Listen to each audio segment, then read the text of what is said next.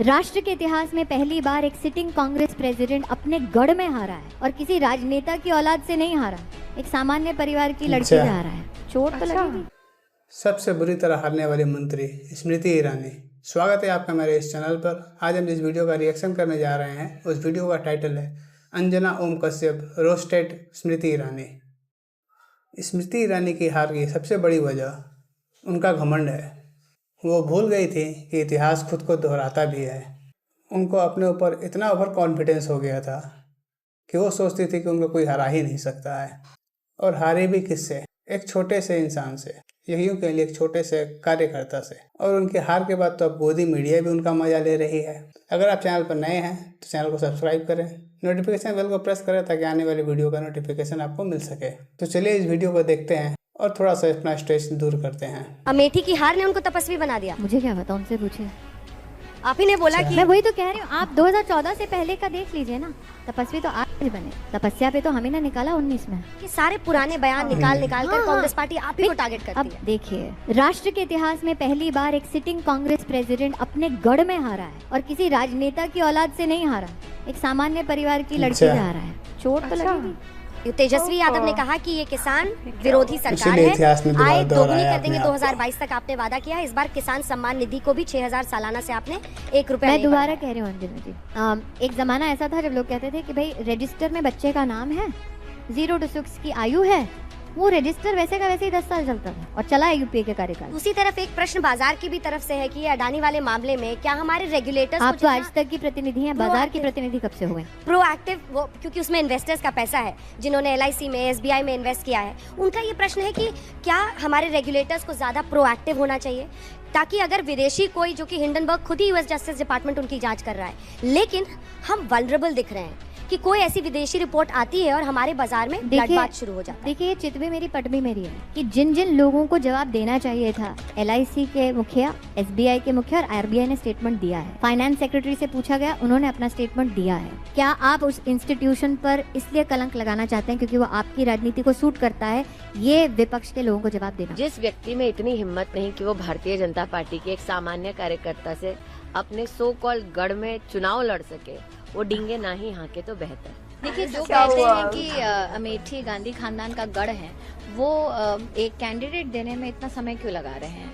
तो उनका lack of confidence ही आपको बताता है कि अमेठी अब कांग्रेस बेस्टियन नहीं रही है। पहली बार अमेठी से प्रत्याशी घोषित करने में कांग्रेस इतना समय लगा रही है, इतना चिंतन और मंथन कर रही है। कांग्रेस की हार का संकेत आपको उसी में मिल सकता है। सबसे बुरी तरह हारने वाली मंत्री हैं श्रीमती स्मृति ईरानी जी। भारत जोड़ो यात्रा यूपी में बहुत दिन नहीं रही, इसीलिए अमेठी नहीं आई। आती तो हिसाब मांगते हैं हम। 24 में क्या लग रहा है आपको अमेठी को लेकर, या आपको लगता है कि आप ललकारेंगी राहुल गांधी को कि फिर आए चुनाव लड़े आपके सामने? मैं आपको 14 याद नहीं है? स्मृति कौन? मैं इतना ही कहूंगी, 14 हो या 24, हाँ 14 हो या 24, मैं नहीं जानती। पार्लियामेंट्री बोर्ड को पता है कौन कहाँ से लड़ेगा।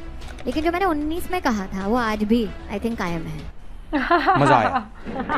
मुझे लगता है कि शायद भारत के इतिहास में पहली बार ऐसा हुआ होगा नहीं कि मीडिया के माध्यम से शिक्षा मंत्री की परीक्षा मीडिया के साथ साथ जनता भी ले रही हो। अरे कहना क्या चाहते हो? अब इतनी हिम्मत तो है कि जनता के बीच में बैठकर किसी भी सवाल को मैं स्वीकार कर सकूं और उसका जवाब दे सकूं। मजा नहीं आ रहा है। मैंने मात्र इतना ही कहा कि अगर आप मुझे राजनीतिक चुनौती देते हैं, अच्छा, और आप भी अगर जनता में से ही उपज कर जनता का काम करने का दावा करते हैं, तो थोड़ी हिम्मत दिखाइए, आप भी मैदान में आइए। कुछ भी? अच्छा कुछ भी? लेकिन स्मृति जी, राहुल गांधी से आपने अमेठी में जाके टक्कर ली, बेशक चुनाव हार गए, लेकिन टक्कर कड़ी थी, सबको पता है। क्या इस बार फिर जिस ढंग से बार बार आप जा रही हैं अमेठी में, 26 तारीख को गई, उससे पहले गई, तो क्या वहाँ पे अमेठी से ही चुनाव लड़ेंगी? मजा आएगा ना भिड़ो। और राहुल के साथ आमना सामना क्यों कर रही है? कोई वजह है खास? मुझे ये समझ में नहीं आता कि मुझसे ज्यादा आप क्यों परेशान है कि मैं किसका सामना कर रही हूँ। जली ना, तेरी भी जली। ऐसा है कि आप तो ऐसा प्रश्न करते हैं जैसे हे भगवान, कितना घोर अन्याय और पाप हो गया कि स्मृति अमेठी चली गई। कुछ भी? अब अमेठी से चुनाव में लड़ी हूँ। मैंने जनता को उस वक्त वादा किया था कि मैं लौटूंगी। अपने वादे को एक तो पूरा कर रही हूँ। झूठ है, झूठ है, झूठ है, झूठ है। आपके पेट में दर्द क्यों? डर देखिए है क्योंकि आपको डर किस बात का है कि मैं राहुल को ललकार रही हूँ, इस बात का डर है। समझ रहे हो? समझ रहे हो? मेरी ललकार सुन रहे हैं, इस बात का डर है, मतलब पक्ष नहीं, आपका पक्ष किसी की तरफ है? आप राहुल जी की तरफ से सवाल कर रहे हैं आज तक? बस हवा निकल गई। किससे सवाल करिए? सवाल नहीं, सवाल ये है, तरफ से कर रहे हैं, राहुल जी की तरफ से आज तक? नहीं, आज तक की तरफ से, जनता की तरफ से। बात तो सही है। एक सेकंड, राहुल गांधी को ललकार के आप असल मुद्दे से दरअसल लोगों का ध्यान हटाना चाहते हैं। सही पकड़े हैं। अरे मुद्दा आपने कहा जा क्यों नहीं? मुद्दा जवाब तो यही दे रहे हैं, उनका सहारा मत लीजिए मुद्दा। अरे उनका सहारा नहीं ले रही हूँ, आप उनके पीछे मत। एक सेकंड। यही नहीं, अभी और सुनिए। तो पहले सवाल को दुरुस्त कीजिए। कौन है ये लोग, कहाँ से आते हैं? सवाल को ठीक कीजिए। सवाल ठीक करो। यही दिक्कत है स्मृति ईरानी जी की आप फिर नहीं भटका रही है। समिति जी सवाल ये है, आप मुद्दे से भटका रही है। शाबाश बेटा, बहुत बढ़िया। समिति जी आप मुद्दे से भटका रही हैं। आप सवाल को भेज कीजिए ना। माइक के बिना उनकी आवाज नहीं आएगी। मैं जा रही हूँ। तो सवालों से इतनी बौखलाहट कि जवाब देने के बजाय कह रही हैं कि आपके पेट में दर्द क्यों हो रहा है। ये है केंद्रीय मंत्री। और जब अंजना ने फिर से इनसे सवाल किया तब भी इनके मुंह से जवाब नहीं निकला। तो इन लोगों के साथ दिक्कत तो यही है कि सवाल को फेस नहीं कर सकती। इनके पास सवालों का जवाब नहीं होता, देश के असल मुद्दों पर जवाब नहीं होता। पर इन्हें बकलोली करने को कह दो तो लंबी लंबी फेंकने लग जाएंगे। ये है इनकी सच्चाई। समिति जी सवाल ये है, राहुल गांधी ने यही नहीं, अभी और सुनिए। मैं लोगों के बीच में हूँ, लोगों के बीच में। वाह क्या सीन है। अरे अंजना जी रुक जाए, एक हाथ उठा रहे। सबसे पूछेंगे, लोगों से भी पूछेंगे। भगवा करण का सवाल आप जवाब देंगे मेरा? क्या भगवा करण के सवाल पर जवाब देंगे? वाह क्या सीन है। क्या सीन है। अब मैं बोल, यही दिक्कत है। नहीं आपने मेरा सवाल खत्म नहीं होने दिया है। समझ रहे हो? मेरा सवाल पूरा होने दीजिए। दिक्कत क्या है? मेरा सवाल मैं आपको बताती हूँ दिक्कत क्या है। क्या साबित करना चाहता है तू? क्या साबित करना चाहता है तू? मेरा सवाल दिक्कत ये है कि आप पहले ये प्रपोज करती हैं कि जनता की तरफ से कुछ बोल रही हैं। झूठ बोलो, बार बार झूठ बोलो। अरे अभी टेप चलाई, आपने बोला आपसे, आप जनता बोलने लगी है। इस प्रकार की बचकाना बातें। राहुल गांधी ने NSUI के भाषण में आप पर शिक्षा के भगवा करण का आरोप अब जनता राहुल गांधी की तरफ से सवाल करने बैठी है। सवाल कर रही हूँ विरोध की तरफ से, जिसमें ये कहा आप राहुल गांधी की तरफ से सवाल कर रही हैं। सवाल तो आप पूछ रहे हैं, दोनों एक साथ प्रहार कर रहे हैं ना। आपने कहा राहुल गांधी की तरफ से सवाल कर रहे हैं। सवाल तो उठेंगे ना समिति जी, सवाल उठे हैं। जनता आपके सामने बैठी है। बात तो सही है। राहुल गांधी सवाल पूछ रहे हैं। ये सवाल है जी, एक मैं आपको बताती हूँ, एक स्मृति ईरानी जी एक आरोप बताती हूँ। वाह क्या सीन है।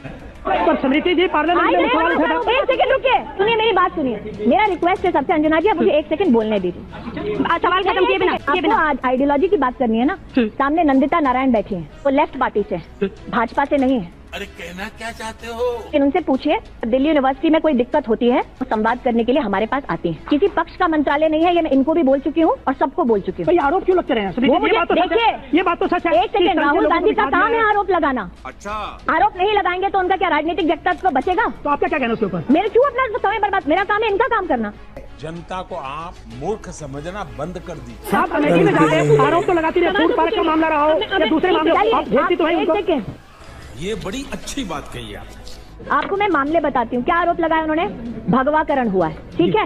एक छोटा सा उदाहरण आपको देती हूँ। कहा उन्होंने NIT नागपुर में आपने जो चेयरपर्सन लगाया वो भगवा एक बैकग्राउंड से है।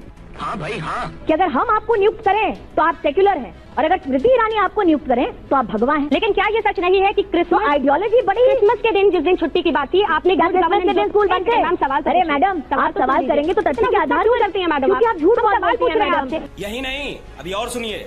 अब सवाल तो सुन लीजिए। आप झूठ बोलना बंद कीजिए, गुस्सा करना बंद कर। आप गुड गवर्नेंस डे उसको मनाना चाहते हैं। एक सेकंड अनुजा जी, मैं सवाल करती हूं। झूठ बोलने का गुड गवर्नेंस डे करके क्रिसमस की छुट्टी को खत्म करने का आरोप, क्रिश्चियन की भावनाओं को आहत कर सकता है, सोच पहुंच सकती है।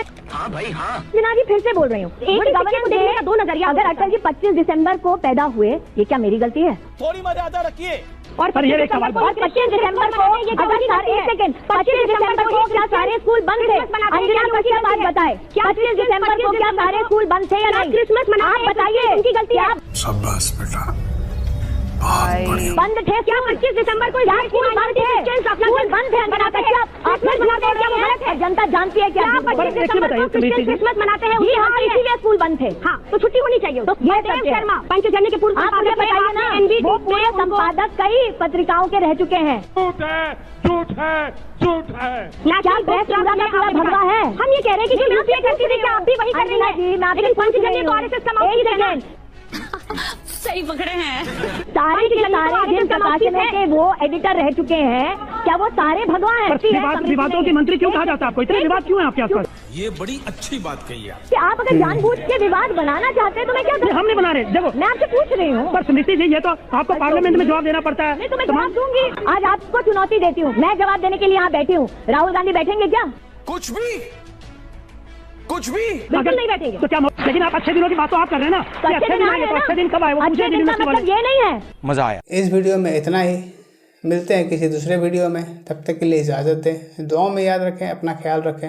अल्लाह हाफिज़, जय हिंद।